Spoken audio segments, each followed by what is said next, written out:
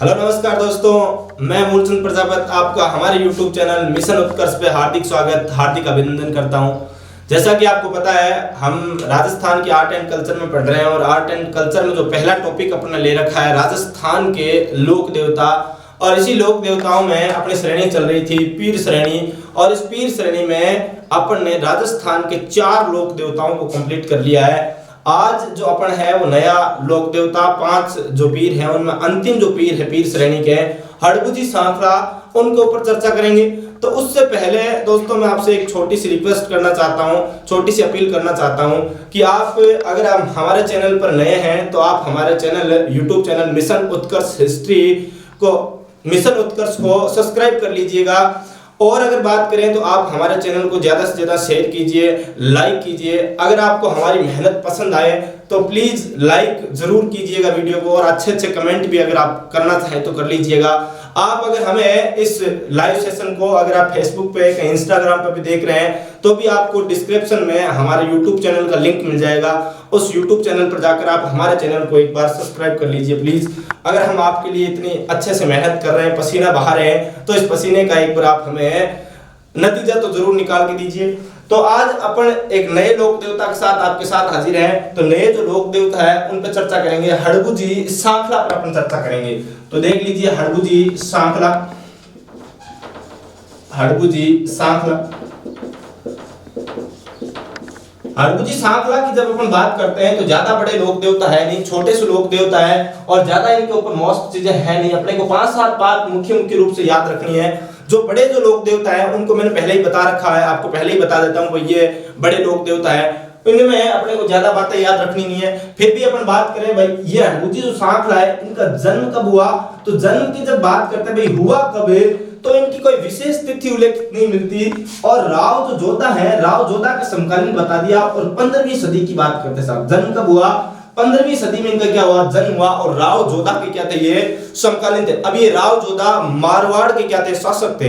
इन्हीं राव जोधा के समकालीन हुए कौन है, हड़बूजी सांखला। आगे अपन राव जोधा और इनके मध्य क्या क्या चीजें थी उनके बारे में वार्तालाप करेंगे। अब अपन बात करें अगली चीजों की, जब बात करते हैं तो भाई अगली चीजों में इनका जन्म स्थान यानी जन्म हुआ कहां पर था, तो जन्म स्थान की जब बात आती है तो जन्म स्थान इनका पड़ता है भुंडेल गांव। भुंडेल नामक एक गांव है और ये जो भुंडेल नामक गांव है, ये भुंडेल गांव पड़ता है वर्तमान में नागौर जिले में। कौन से जिले में पड़ता है, तो नागौर जिले में पड़ता है भुंडेल गांव। अब अगर बात करें भाई इनका जब जन्म हुआ तो इनके पिताजी का नाम क्या था, पिताजी यानी कि इनके पापा का नाम क्या था, तो पिताजी थे इनके मेहाजी सांखला, मेहाजी सांखला।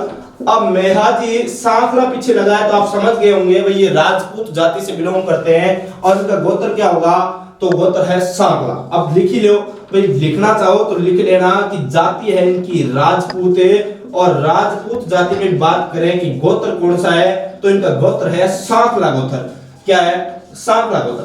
अब जो मोस्ट इंपोर्टेंट चीज है भाई, इनका जो वाहन है वो वाहन क्या है, वाहन की जब अपन बात करते हैं तो इनका वाहन है सियार। और सबसे बड़ी जो गलती करते हैं कंपटीशन एग्जाम के जो स्टूडेंट है वो सबसे बड़ी गलती यहीं पर करते हैं भाई, वाहन की बात करते हैं हड़बूजी सांखला की तो बैलगाड़ी पहले ही ऑप्शन में मिलता है और टिक करके आ जाते हैं बैलगाड़ी। तो आप ध्यान रखना इनका वाहन बैलगाड़ी नहीं है, बैलगाड़ी की तो इनके मंदिर में पूजा की जाती है। इनका वाहन क्या है, सियार इनका क्या है, वाहन है। अब देखो अगला पॉइंट लिख लेना भाई, बैलगाड़ी की इनके मंदिर में पूजा की जाती है, पूजा की जाती है। इनके मंदिर में पूजा किसकी की जाती है, बैलगाड़ी की।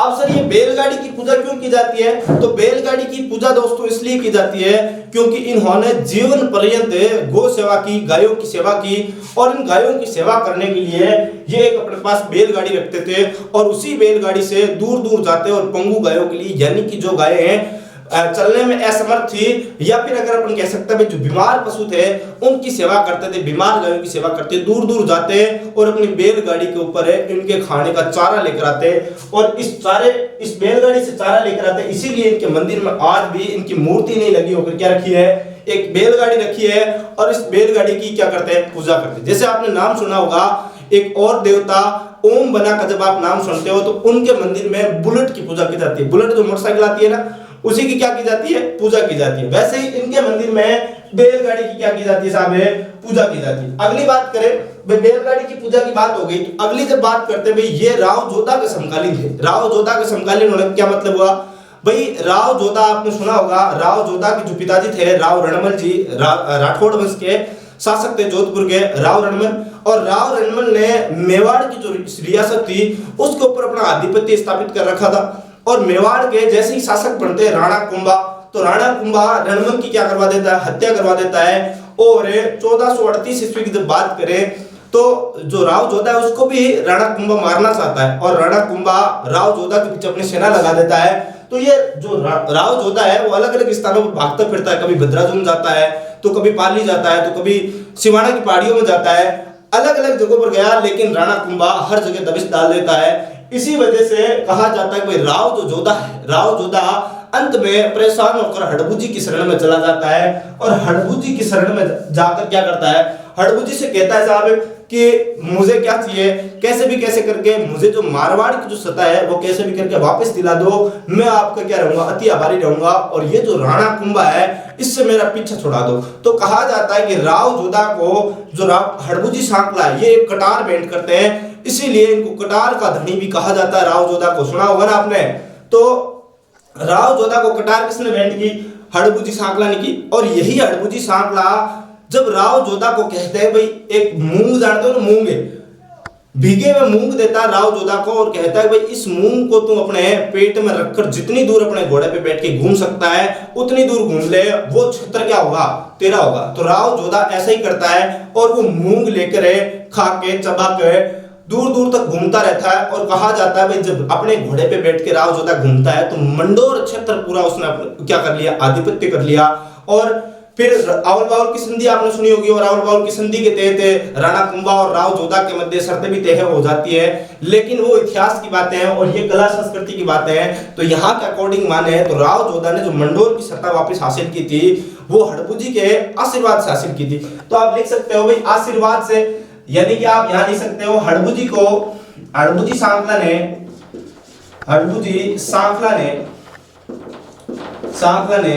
राव जोधा को कटार भेंट की तथा मंडोर जीतने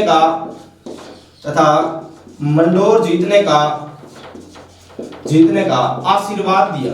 क्या दिया, आशीर्वाद दिया। यानी कि अपन कह सकते हैं भाई राव जोधा मंडोर किसके आशीर्वाद से जीतता है, तो हड़बुजी सांकला का आशीर्वाद से क्या जीतता है, मंडोर जीतता है। इस बात से खुश हुआ राव जोधा कि भाई मैं अगर हड़बुजी सांकला का आशीर्वाद से इतना बड़ा बन सकता हूं, इतने बड़े क्षेत्र पर अधिकार कर सकता हूं, तो इसने भी खुश होकर वापस हड़बुजी सांकला के लिए क्या किया, इसने राव जोधा ने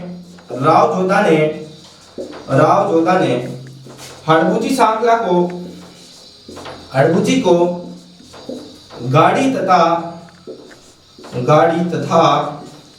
बेंगटी गांव उपहार में दिया। अब हुआ क्या भाई, हुआ यूं कि राव जोधा को जब मंडोर की सत्ता मिल गई तो इसने भी किया क्या कि भाई हड़बुजी सांकला को क्यों ना अपने पास ही रखा जाए, अपने साथ ही रखा जाए। इसलिए इसने राव जोधा ने क्या किया, हड़बुजी सांकला को एक गाड़ी भेंट की तथा बेंगटी गांव उपहार में दे दिया। और ये जो बेंगटी गांव है ये जोधपुर में पड़ता है। कहां पे पड़ता है, जोधपुर में पड़ता है। बेंगटी गांव कहां पे पड़ता है, तो जोधपुर में पड़ता है। ये गांव उपहार में दे दी। अब गाड़ी की जब बात आई भाई, गाड़ी उपहार में दी, तो गाड़ी उस समय कोई जगवार, ऑडी, फॉर्च्यूनर ऐसी कोई गाड़ियां थोड़ी थी, बैलगाड़ी दी थी साहब। कौन सी गाड़ी दी, बैलगाड़ी उपहार में दी। अगली कुछ बातों की अपन चर्चा करते हैं भाई। आप पहले चाहो तो इन चीजों का क्या ले सकते हो, स्क्रीनशॉट ले सकते हो, फिर अपन आगे की चीजों के बारे में जिक्र करेंगे।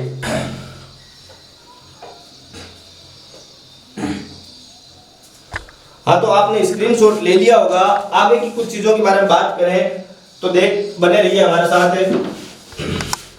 अपन ने हड़बुजी का जो सामान्य परिचय था उसके ऊपर चर्चा कर ली, और मैंने आपको बता दिया कि भाई बेंगटी गांव है जो है, बेंगटी गांव और एक गाड़ी यानी बैलगाड़ी राव जोधा ने हड़बुजी सांकला को क्या दे दी, उपहार स्वरूप दे दी। अब उपहार स्वरूप दे दी तो क्या हुआ भाई, हड़बुजी सांकला कहाँ आएंगे, बेंगटी गांव में। अब बेंगटी गांव में यहाँ पर आ गए तो यहाँ पर हड़बुजी सांकला का क्या बनवा दिया कि भव्य मंदिर बना हुआ है साहब।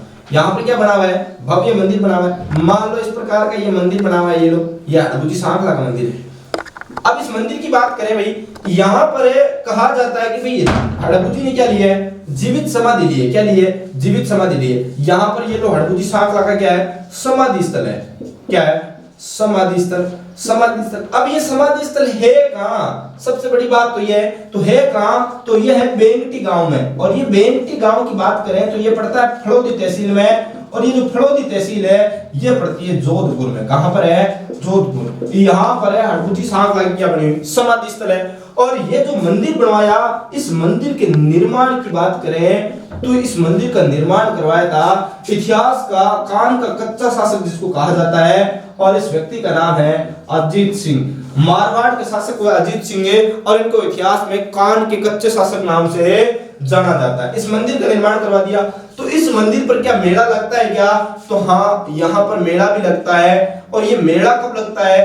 तो ये लगता है भाद्रपद मास में। और भाद्रपद मास की बात करें तो पक्ष होता है शुक्ल पक्ष, और शुक्ल पक्ष में भी 10वीं के दिन यहाँ पर क्या लगता है? मेला लगता है। अब ये जो समाधि ली थी ये कब ली? तो ये रामदेव जी की, यानी कि रामदेव जी की बात करें, रामदेव जी लोक देवता जो है इनकी बात करें, रामदेव जी के मौसेरे भाई थे ये हड़बुजी सांखला। रामदेव जी के 8 दिन बाद, रामदेव जी के 8 दिन बाद 8 दिन बाद समाधि ली। ये लो साहब, रामदेव जी के 8 दिन बाद क्या ली? समाधि ली। किसने? हड़बुजी सांखला ने। और ये हड़बुजी सांखला का जो मेला बढ़ता है भाद्रपद शुक्ल 10वीं के दिन यहाँ पे क्या बढ़ता है? मेला बढ़ता है। और ये मंदिर है कहाँ पर है? तो फड़ौदी में। अब रामदेव जी की ये क्या है? मौसेरा भाई है। अब बात करें भाई ये मंदिर है किसका? तो हड़बुजी सांखला का है। किसका है? हड़बुजी सांखला का। और ये जो हड़बुजी है ये रामदेव जी के मौसेरे भाई है। मौसेरे भाई है। अब ये आप कहोगे गुरुजी आपको कैसे पता कि रामदेव जी के मौसेरे भाई है हड़बुजी? तो रामदेव जी ने जो अपना ग्रंथ लिखा है 24 वाणियां नामक जो ग्रंथ लिखा है, इस ग्रंथ में उल्लेख कर रखा है कि हड़बुजी बिराजे बेंगटी माई थे समझो मारी दूजी दे, मैं हम दोनों मौसेरा भाई। ये लाइन एक कह रखी है किसने? हड़बुजी सांखला के बारे में कह रखी है रामदेव जी ने। और रामदेव जी ने अपने ग्रंथ 24 वाणियां में ये चीज बताई है कि हड़बुजी सांखला बिराजे बेंगटी गांव में थे मारी दूजी दे समझो हड़बुजी ने, क्योंकि मैं दोनों हाँ मौसेरा भाई। ये बात उल्लेखित कर रखी है 24 वाणियां नामक ग्रंथ में। तो ये हड़बुजी से संबंधित कुछ महत्वपूर्ण बातें जो थी ये आपको बता दी। अब अपन बात करें भाई हड़बुजी के कुछ उपनाम है, वो उपनाम कौन कौन से हैं? उपनामों की जब अपन चर्चा करते हैं तो पहले आप इसका स्क्रीनशॉट ले लीजिए और बने रहिए हमारे साथ। अपन बात करेंगे उपनामों की। हाँ, तो अपन बात कर लेते हैं हड़बुजी के उपनामों के बारे में। हड़बुजी के उपनाम कौन कौन से हैं? क्या हड़बुजी को एक ही नाम से पुकारते हैं क्या? तो ऐसा भी नहीं है। तो वो कौन कौन से नाम हैं जिन नामों से अपन हड़बुजी को पुकार सकते हैं? तो नंबर 1 नाम की अपन जब बात करते हैं तो आप इसको कह सकते हो हड़बुजी को सन्यासी लोक देवता। क्या कह सकते हो साहब? सन्यासी लोक देवता। सर सन्यासी लोक देवता क्यों कहा? तो जिंदगी भर हड़बुजी सांखला ने कहा जाता है कि शादी नहीं की, इसलिए इनको कौन से लोक देवता कहा गया? सन्यासी लोक देवता। नंबर 2 की बात करें तो इनको गायों के सेवक देवता कहा जा सकता है। गायों के सेवक देवता, रक्षक देवता नहीं है, ये गायों के क्या है? सेवक देवता है। गायों के सेवक देवता क्योंकि इन्होंने जिंदगी भर गायों की सेवा की है।